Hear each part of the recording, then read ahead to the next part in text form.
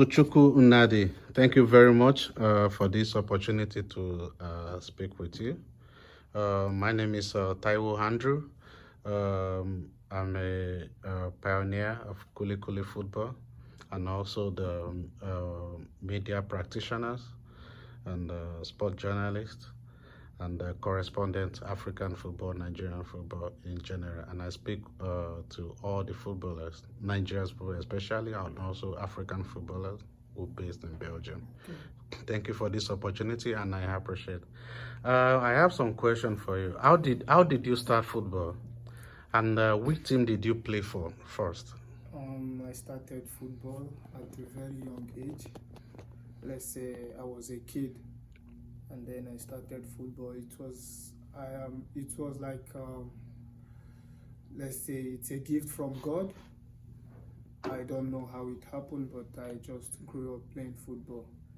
I started my football academy in Imo State because I'm from Imo State. I started in Campus FC. Yeah, but I can't remember at what age, but let's say 6 or 7 years, thereabout, yeah. And then, when you're playing football, especially in Africa, and you get a lot of praises from the people in the community, and yeah, so a lot of people do say, you can't play football, you need to stay strong, keep working, and I did the same. So I was playing, and then I know one day I'll become professional footballer. So yeah. So you actually know? And yeah, I know because I feel it. Okay. And your parents, were they supportive enough? I would say I didn't come from a big family, like a wealthy family, but my dad did everything for me to play football. He helped me a lot. I know I never lack football shoes. He always buy for me what I need, t-shirts, everything. And he also gives me transport to go for training every day. So yeah, they helped me a lot. Do you know you take your trade to Europe at some point? Let's say then I do watch football a lot. Mm-hmm. I'm a fan of Manchester United. Yeah, so when I watch them play, because I also had some videos when I was small, so I watch myself also, and then I say, okay, if I grow, I will become like them one day, and I know for sure I will play professional football. Wow. Because I believe and I feel it. So it's like when I sleep at night, I have dreams that, okay, look, I'm playing in Manchester United. Wow. And yeah, so I kept on working. When you had to, for the first time you left Nigeria, how was the experience? And which country did you go the first time? When Dubai. Mm-hmm. It was okay. I'm not this kid who is worried so much about my family. Let's say I grew up like a man. I can always adapt to any situation and condition, yeah. So I was comfortable without my parents, without my friends. Though sometimes I feel, I need my friends around me. Maybe we need to go somewhere like always. But I knew it was football and I have to give it up. So I just have to keep going. So which club in Dubai and how many years? It was academy also. Okay. I was there 2021. Yeah. Is it Aspire? No. Madinat Academy. Okay. Yeah. Were you spotted from there, by the scouts? And, yeah. Okay. And Bulgaria, how did that offer came around? I was on trial there in the club. Mm-hmm. So I think first I had 2 weeks visa. Then I went there, I started training with the second team. After 3 days or something, I got injured. So then I have to rest for some days, and then I came back. I started training again, and then they gave me a contract. But I have to stay like 3 months in Nigeria to get my documents done. So yeah. How happy were you then? Let's say I'm never excited. No, I'm always calm. Okay. Yeah. Because you know the People say challenges when ahead. you see your contract, some people cry, but I was just calm and So you didn't play Nigerian Professional League. How? no, I didn't play. I didn't have the opportunity to play there. I had some friends who were playing at my age then, but it was not for me. Okay. But if you have the opportunity, which club will you prefer in Nigerian League? Is I it don't know. Heyimba or? Okay, for the fact that I'm from Imo State, I would Okay. like to play for Heartland. Okay. Yeah. Okay. Do you have some friends there in Atlant? Yeah, then, but now, no, I don't have friends there. Okay. So you had so many offers. Why did you opt for Zoto Wareham? Yeah, that's a big question. um, okay, I have my agent, Mm-hmm. and I have also a lot of people who gives me advice. Mm-hmm. Yeah, people who are around me. So I had a lot of offers, like you said, but I think here is the best place for me to come because I see the project and I spoke with the coach several times.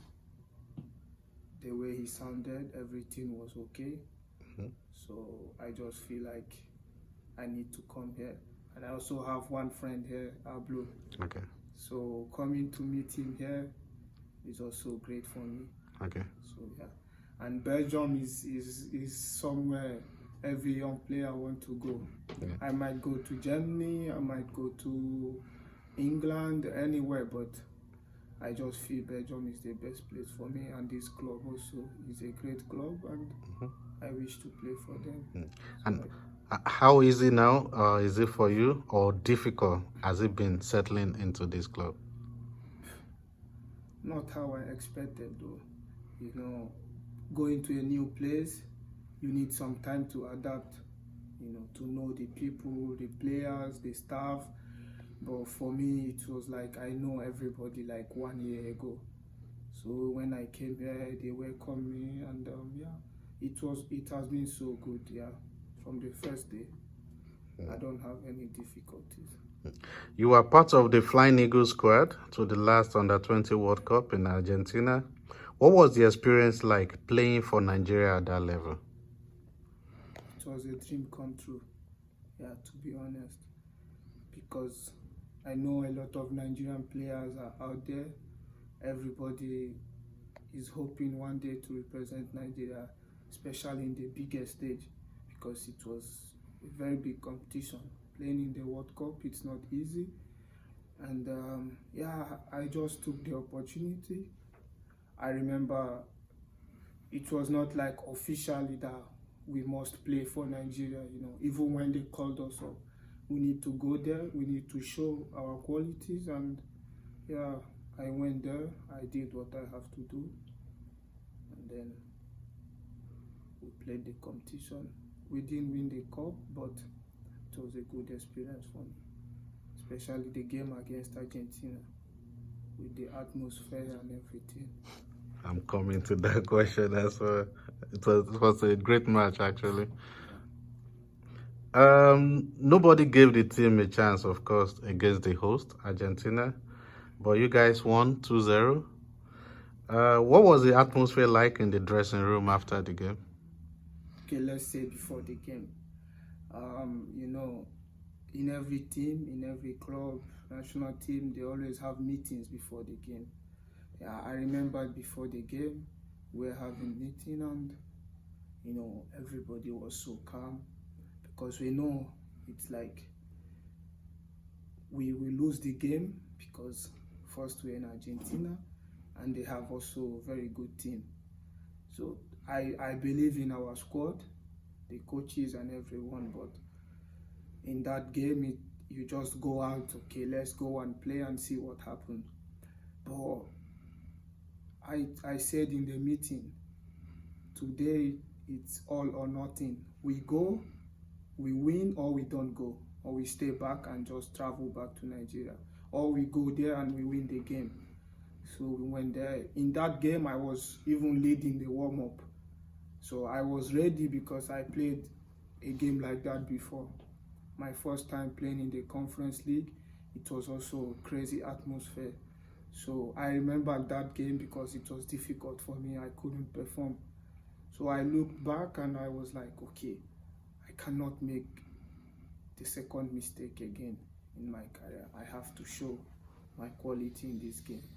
So we went there and yeah, we won the game. Everybody, I think, starting of the game, like 5 minutes in the game, we became confident to play. And then all the guys outside, they came inside the game and they helped us. So, Wow. Then after that, Flying Eagles exited the tournament after they lost to Korea Republic in the quarterfinal. Was it because the team underrated them? no, I think in that game, if you can go back and watch the game, we had all the positions. We played really good, but we couldn't score. Yeah, it was difficult for us to find the back of the net, and I think that's what cost us the competition, because when you don't score, definitely you might receive a goal. So it's like that in football. But we wanted to win the cup because we were close. So we didn't underrate anything, because we are also not like a great team. We have like average players. So for sure we didn't underrate anything. Who was your best friend in the team? Is it the striker, Hume? He's my best friend in the team. I see you guys are always together. Yeah, we've been together for some time, so we always have that connection. Wherever we go, we are together. Even if I'm not there, we speak on phone. Yeah, but we always stay connected. And Coach Boso, what kind of coach is he? He's like other coaches, you know. I cannot say I don't know the difference between him and other coaches, but he's just a coach with a lot of discipline. Yeah, he always wants to put the players in the right places, make you understand what he wants from you, and he's a fighter, and he wants every player to fight. Yeah, so he is also in charge of this current under 20. yeah. Yesterday, the list was out for the new batch of under 20, and they will be going to Ghana to play African competition, and also they will be preparing for their AFCON and also World Cup.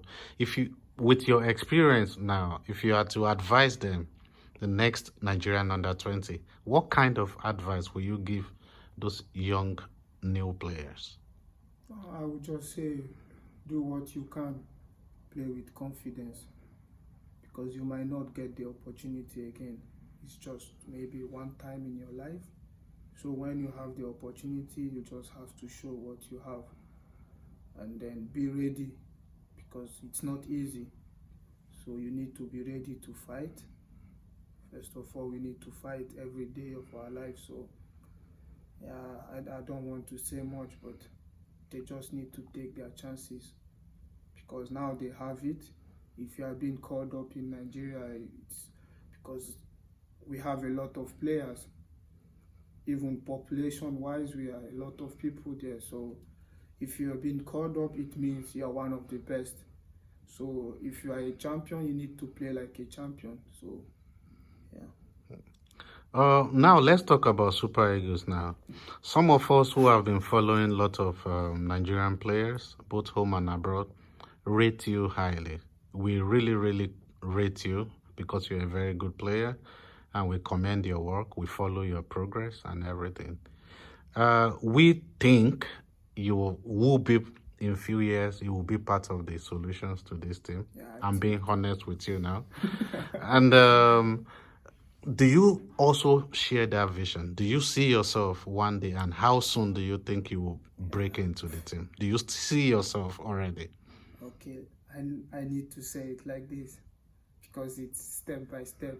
I believe in step by step, and so I would say first I'm here in this club, and our dream is to go to first league. So we have like let's say maximum 1 month in front of us to become champion, or we finish second in the league and then we promote. So if we get promotion, I think I will be in the Super Eagles this year or next year maximum. I love your confidence, actually. Um, anyway, as I have this question, I just want to, it's just a follow-up question. Do you think you have what it takes to play for the Super Eagles? First, I work every day. So I have my own potentials, I have my style of play, and with hard work, I can be there. Yeah, for sure, I have what all it takes to play in the Super Eagles.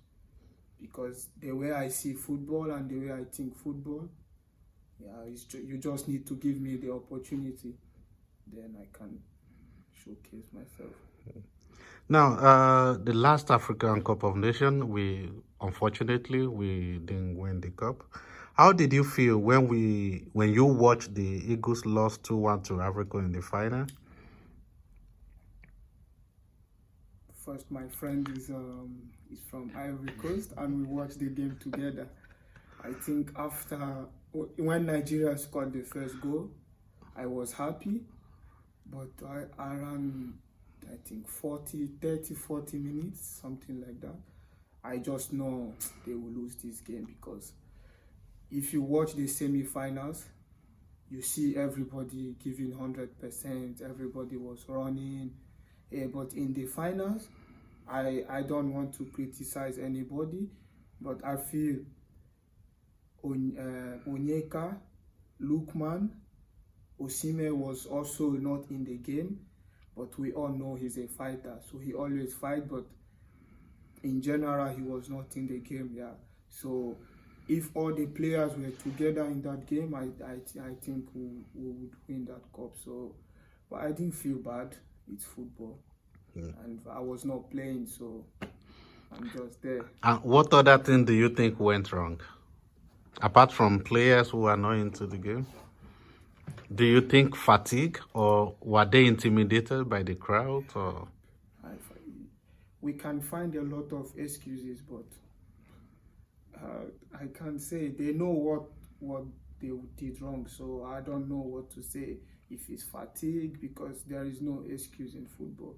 If they put you in the starting 11, you need to be ready to perform. You might have a bad day, which is normal, but you need to be ready to fight, because it's all about fight.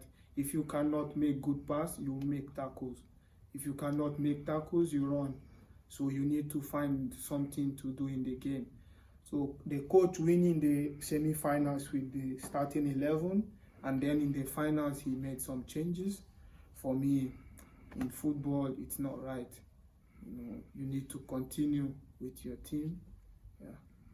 where does Tochukwu Nnadi see himself in the next 2-3 years?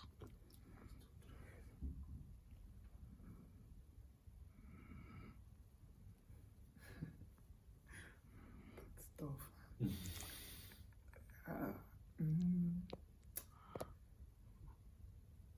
Okay, let me say, my dream in next 2-3 years is to play in the top 5 league in Europe, which is England, Germany, France, and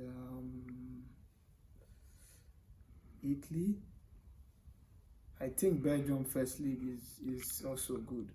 So if maybe I will be in Zulte, maybe I will be in Bruges or in Anderlecht, I don't know. But yeah, just watch out for me in the next 2-3 years. I know for sure, with God and hard work, I will be in a top club. And what are the best and worst moments of your young career so far? Actually, I don't remember any worst moment. But I've had some moments where things were not going well for me. Yeah, because I remember after the World Cup, in my head, I was flying, so I find football so easy after the World Cup. A little bit down, and then when I went back to my club, it was difficult for me. I couldn't perform the way I wanted, and then I was not playing all the time because I don't want to say the coach don't like me or the coach don't want to put me. I put everything on myself. So I was not playing, and it was so difficult for me because I train every day, and in the training I put in the work, I work hard, but in the game everything it's confusing to me because I don't know where to run, I don't know where to stay. So I started suffering. When I'm alone, I don't think good.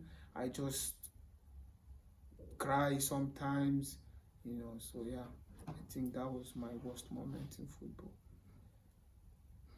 Who is your, or maybe if it's even more than one, who is your role model in the game?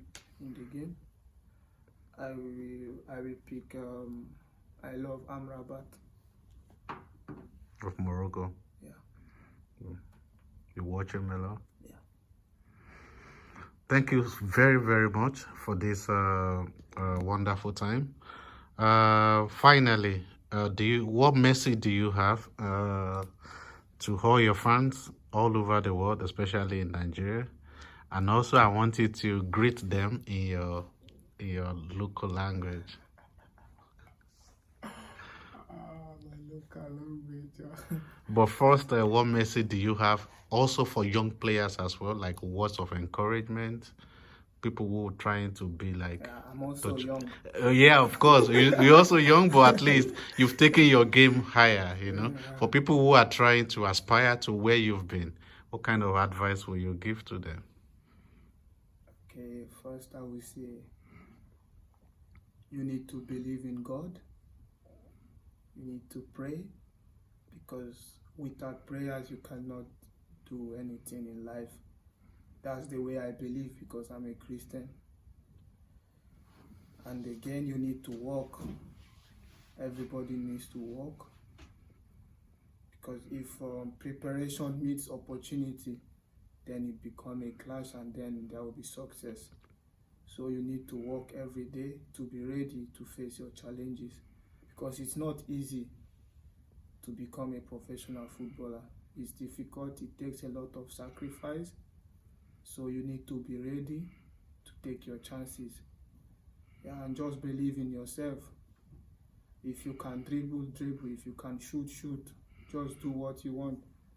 I say football, it's about quality. You might not have it all, but you have something which you can show to the world. Yeah, just work on yourself and believe in God. Would you like to say something in Hebrew language? How would I say?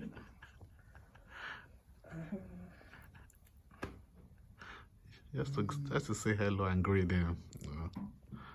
Hello, like, I don't know. Hello in my language.